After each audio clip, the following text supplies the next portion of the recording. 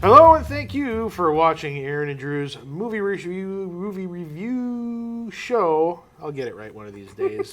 Someday, a show where we actually like to talk about movies. We go watch the movies, we come back here, we talk about the movies. My name is Drew. My name's Erin. And before we get into our main entree for the day, because I always forget, I always say I'm going to do this at the end of the show, but instead, so I get it out of the way, I'm going to do it at the beginning of the show. We are now, or I should say our station that we're a part of is on YouTube.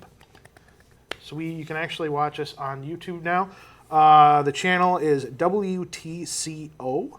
Trempealeau County Community Television is the official channel name for our YouTube channel here at our station. And you can still contact us on Facebook.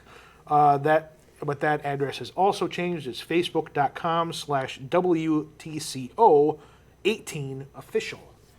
If you like to reach us there. Or, of course, there's old-fashioned email. It's WTCO@co.trempealeau, spelled TREMPEALEAU.WI.US. Just put Erin and Drew in the subject line.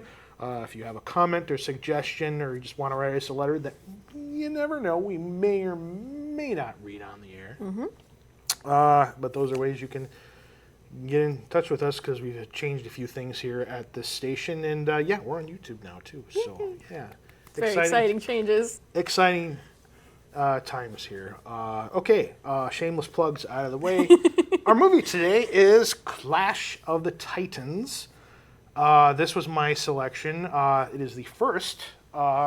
Last year I did a series of shows called The Class of 1980 because it was their 40th anniversary. Well, now, this is about the time, 40 years ago, I actually first remember going to the movies. So I decided to do Class of 1981 to celebrate the 40th anniversary of a group of films throughout the year. And my first selection is 1981's Clash of the Titans. Although I do have to make a confession, I did not see this in the theater. Me neither. I wish I had seen it. I wasn't born yet. Yeah, you weren't born yet. I ended up seeing this on the video later, from in a time when there actually was video stores. Although there might be a few left, but not too many. Can you think of too many? No, not really. I think if you go to like real bigger a family cities, video in the Cross. I think that's closing. Yeah, probably. I know the chain was closing, so I'm assuming that's I'm pretty sure that there is exactly one Blockbuster Video still open in like Washington State. Alaska?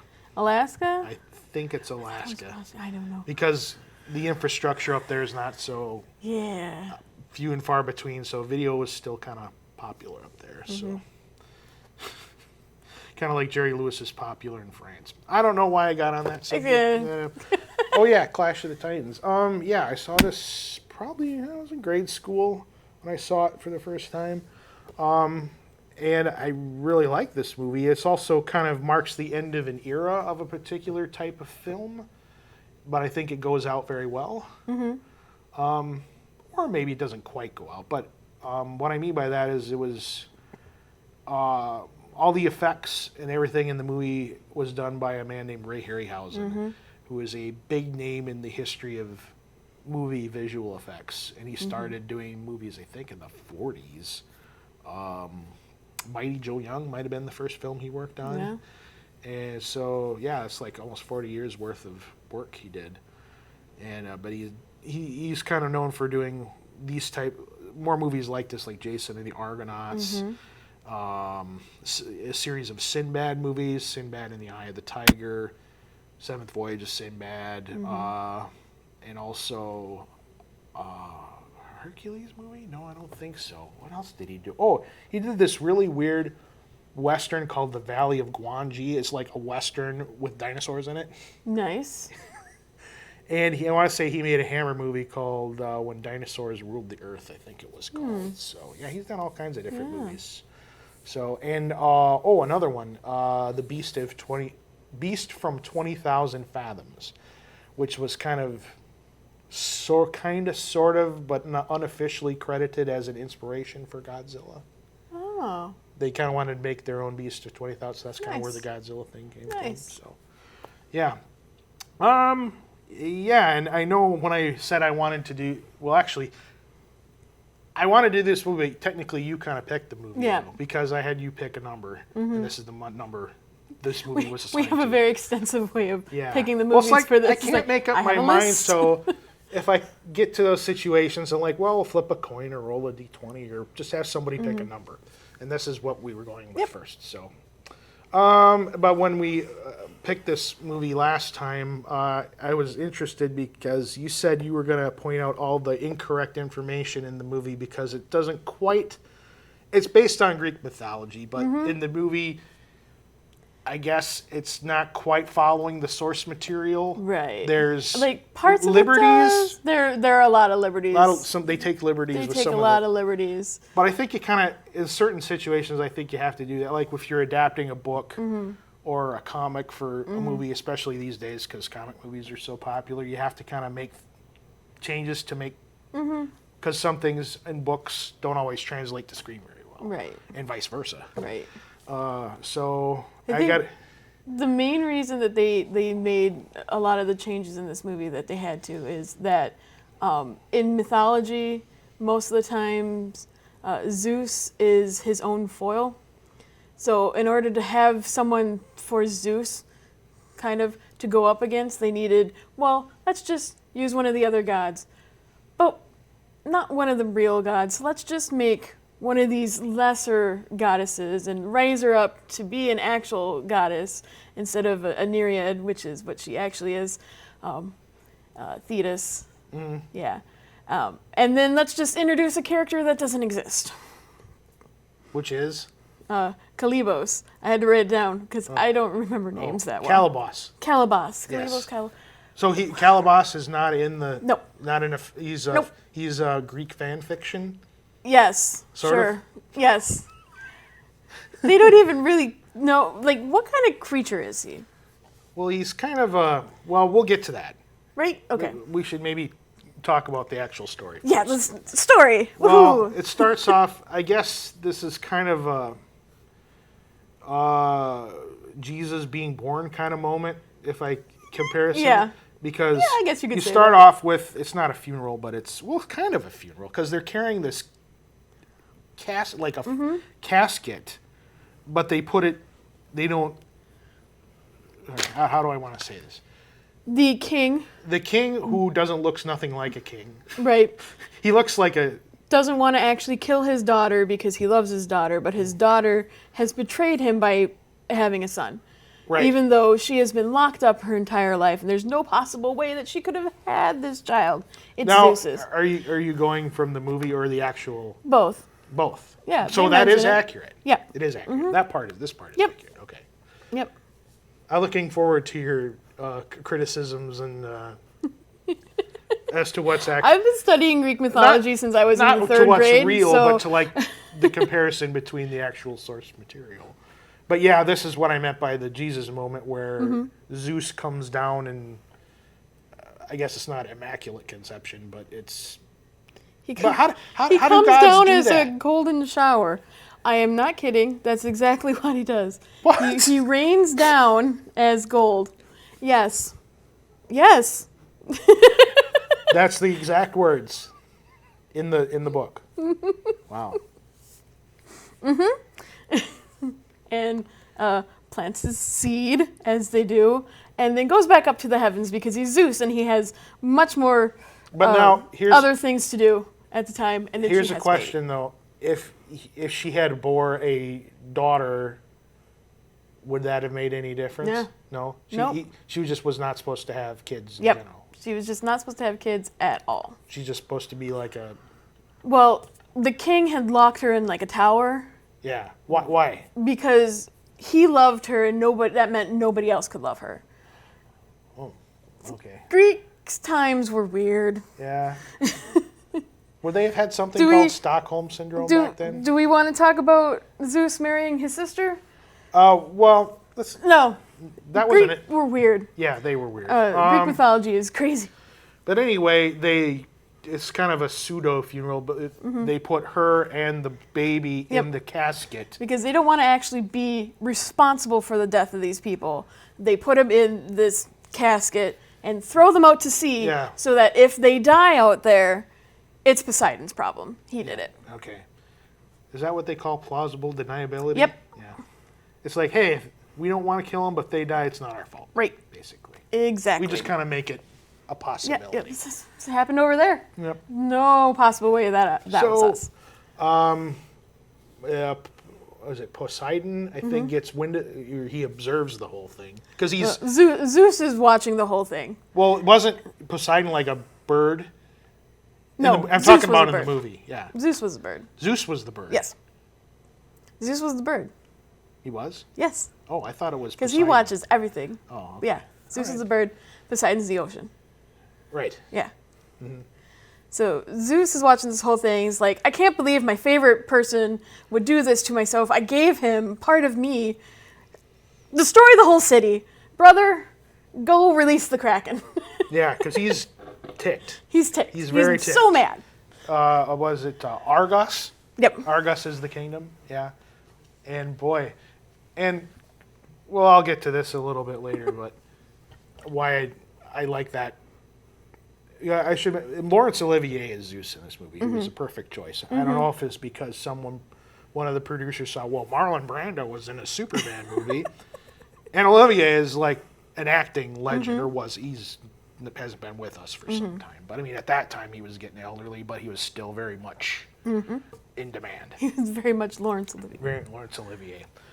And I'll talk more about that later. But then, yeah, he releases the Kraken and just basically just wipes out this whole town. So, but he or Poseidon makes sure that the daughter and baby, Perseus, by the way, boy, make it safely to another kingdom. Yes. On the other side of, I guess I don't know what the map is. They make to some island.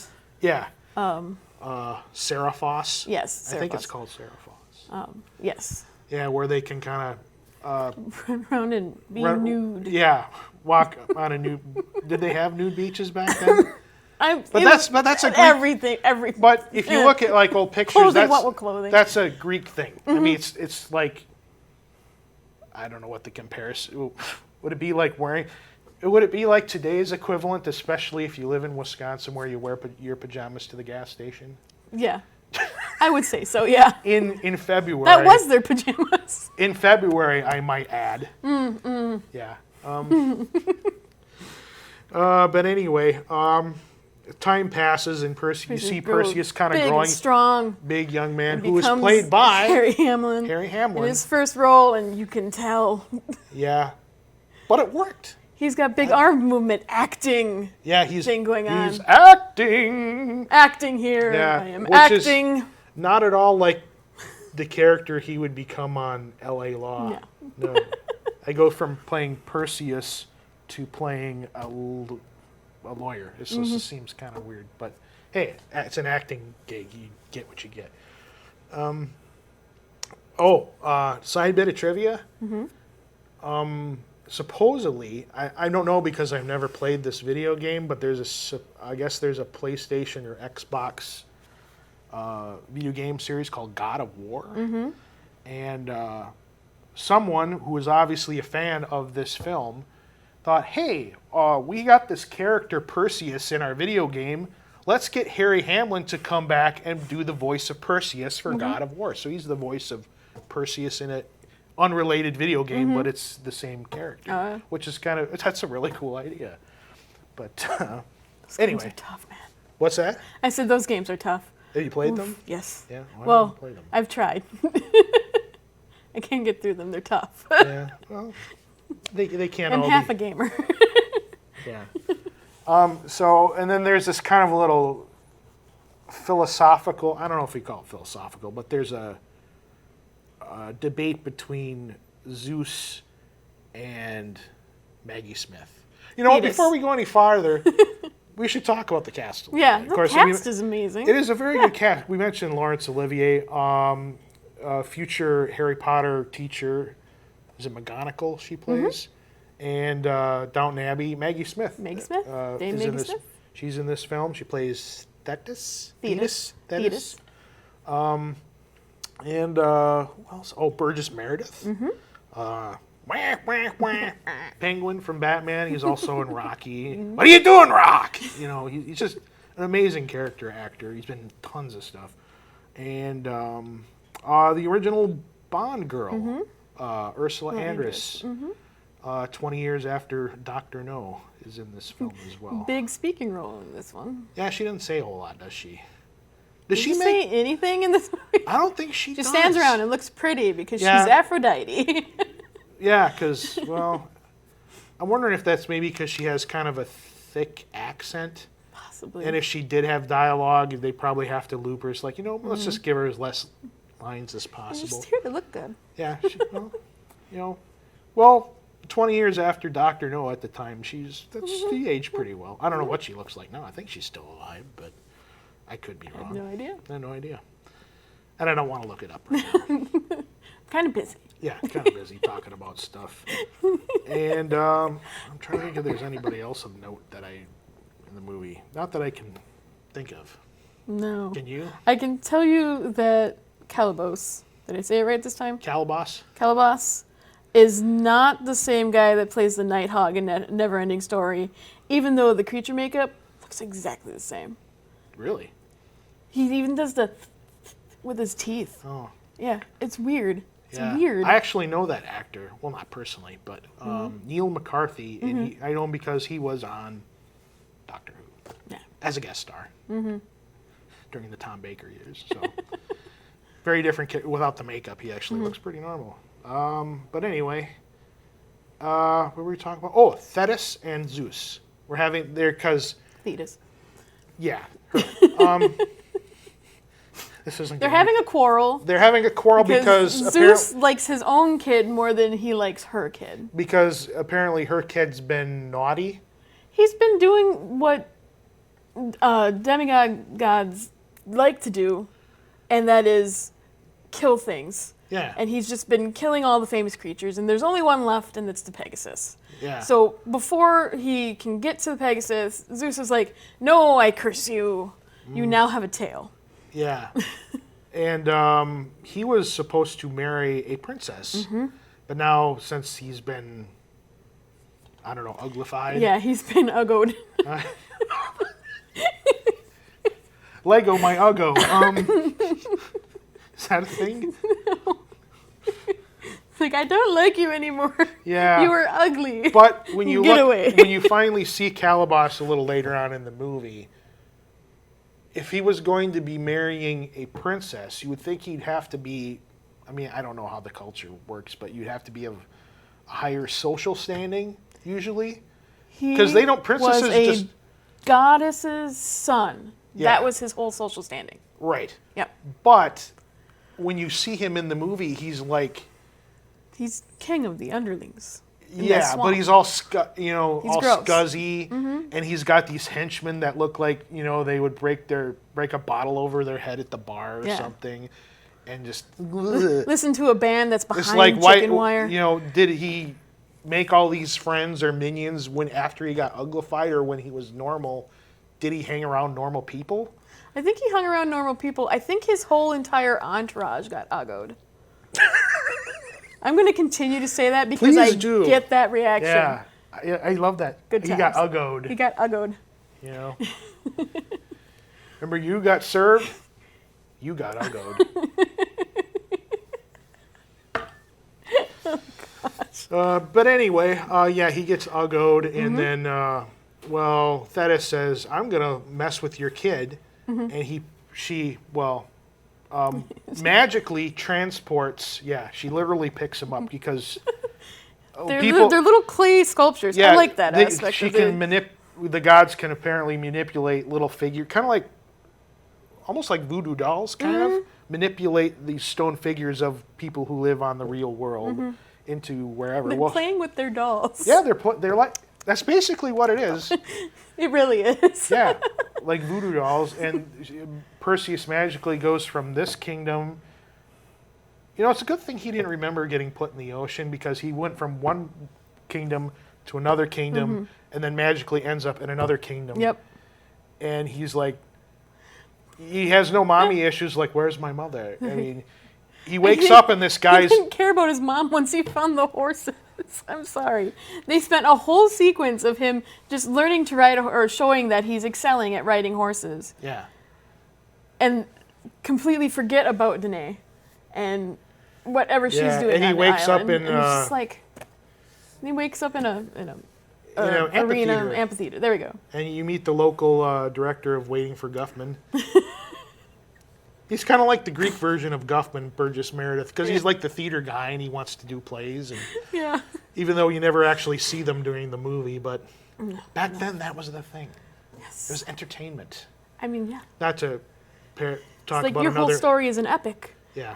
in the classical They're sense. like, oh yeah, you're in the kingdom of Joppa. You're a long way from home, son. How did you get here? And he's like, I don't know. I just woke up. I fell asleep under the Yeah. moon. Oh, that'll do it. Yeah. And that's as much as they talk. It's like, Yeah. Yep, moon, got it.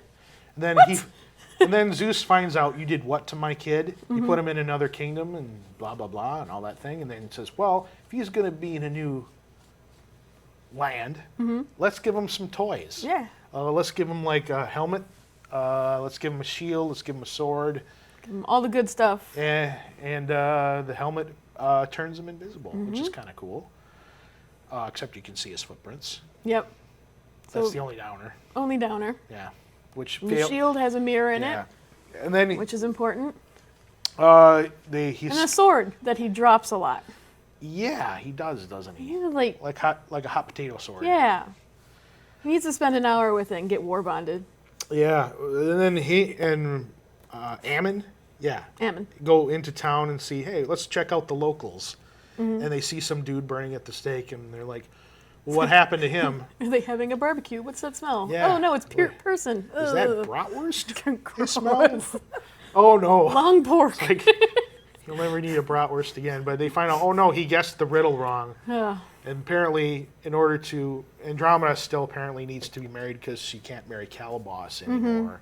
So, And she's a princess and therefore has no rights of her own right. and can't rule a kingdom by her own, even But though she it has very to- much looks like her mom is doing it. You have to answer a riddle to, like, if you get the riddle right, you get to marry her. But if you get it wrong, You get burned. yeah. More long pork. Yeah. Ew. Tailgate party, anybody? Gross. Gross. But yeah, he kind of he figures out that she is getting kind of mind controlled, sort of, by Calibos. When she's sleeping, her spirit leaves Yeah, and goes into No, a that's gilded cage. and that's a hex Yeah. by Thetis again. Yeah. That Because they were meant to be. Andromeda and Calibos. Did I say it right this time? no, but I'll let it pass. We're on a time crunch. We're on time for whatever. Yeah, If you're going to spell it a specific way and put it in Greek mythology, I'm going to pronounce it like it's supposed to be pronounced. But he's Greek in the fan Greek fiction. Mythology. Yeah, well, yeah, anyway. yeah. She gets taken away by a giant vulture. And then I believe that was the end of my sentence. and he gives her like the answer to the riddle, doesn't he? And it's something to do with his hand. This time around, yes. And It then is the ring on his hand. He figures it, or Perseus, he puts on his magic helmet, figures out what it is, and then he, as if he's not uggoed enough, he cuts off his hand and says, "Hey, look what I got!" his hand. Bing. It's like, it's the ring on his hand. This hand And- that I cut off last night. Haha, I'm awesome. Here, if you're not convinced, here you go. Weep. And then he throws it out for everybody to look at. And it's got the big jewel on it. It's like, okay, you can marry my daughter now. But then the wedding comes by, and Cassiopeia, is it Cassiopeia? Yeah. She's Andromeda's mother, makes the big mistake of proclaiming her daughter more beautiful than Thetis, Yep. which that's like saying Voldemort in Harry Potter land. Kind of. Where she hears that, and all of a sudden her statue doesn't come, kind of comes to life, Yes. but like she decapitates herself, and Yeah. then the head kind of He's magically like, you opens. have angered me. You have Clunk. angered me, and then now you got, because of that, you have to sacrifice your daughter in 30 days to the Kraken, otherwise your kingdom is going to get wiped off the earth. So they're trying to figure Just out. ask Perseus. He knows all about his old kingdom. So he that goes. He has no idea because he was a baby when he was. So he basically goes to get advice from some witches. the Stygian witches. Stygian witches, and says, well, there's only one way you can do that. You basically have to kill Medusa and cut off her head, which is next to impossible because if you look at her, you turn her stone. And then take the head, make the Kraken look at the head, and the Kraken dies. Yep. Yay! Yay! And then on the way, you get to fight a bunch of scorpions. And Scorpions we got to talk happen. a little bit There's about a the Pegasus. owl. Bubo. You know what? I love that owl. It's a cool steampunk owl, but it's pretty obvious that that was crammed in there by a producer because of Star Wars. They needed an R2-D2 sidekick that made noises, but I still like it. Oh, it's so cute. It's such a cute owl. I love it. Cute. I don't care if it's a ripoff or not. It is. And I talked about the Laurence Olivier thing earlier. They did. I loathe to mention this, but there is another movie that doesn't officially exist in my head canon, called a remake called Clash of the Titans in 2010. And on paper, this looks good. Liam Neeson as Zeus, because I like Liam Neeson. I will find you and I will kill you. No, he doesn't say that, but he says, Release the Kraken. He says, release the Kraken in the movie. But Laurence Olivier has, with that theatrical training, gives the pause. He says, release the Kraken. And it's like night and day, the delivery. Don't you think? At least in this version, the Kraken was established. In the remake that doesn't exist, it was not established as much. Yeah. So it's just suddenly, we have to say this line because it was in the original. Release the Kraken. It's like, but why? But it is a cool line. But even Liam Neeson can't do it justice. Right. I don't think. But anyway, I love this movie and I hate the remake. So surprise, surprise. Okay, Erin. The student is handing in the paper. What grade are you giving the 1981 version of Clash of the Titans? Despite the flaws. Despite the uggos. Is it an uggo? Are you giving it an uggo? I'm giving it a passing grade of C+. Okay, fair enough. It just dragged a lot for me. There was a lot of moments where nothing happened, and we were able to describe the whole movie in about 20 minutes. This movie is what, an hour? Like an hour and a half. Hour and a half, hour 40. So yeah. That's okay. And we didn't cut anything basically. Well, we glossed over. We glossed over very small. I could have talked more about the scorpions. I love those things. Those things were so cool. The Medusa sequence is great. Oh, I loved all that stuff. So, I'm a little more generous because I saw it when I was probably like 7, and I still love it despite its flaws. I'm giving it an A. I love this movie. So. And it never should have been remade. Acting. Yeah, he's acting. He's very much acting. So, all right, that is my first student in the class of 1981. And down the line, there will be more. For this edition of Erin and Drew's Movie Reviews, I'm Drew. I'm Erin. And release the Kraken. We'll see you later.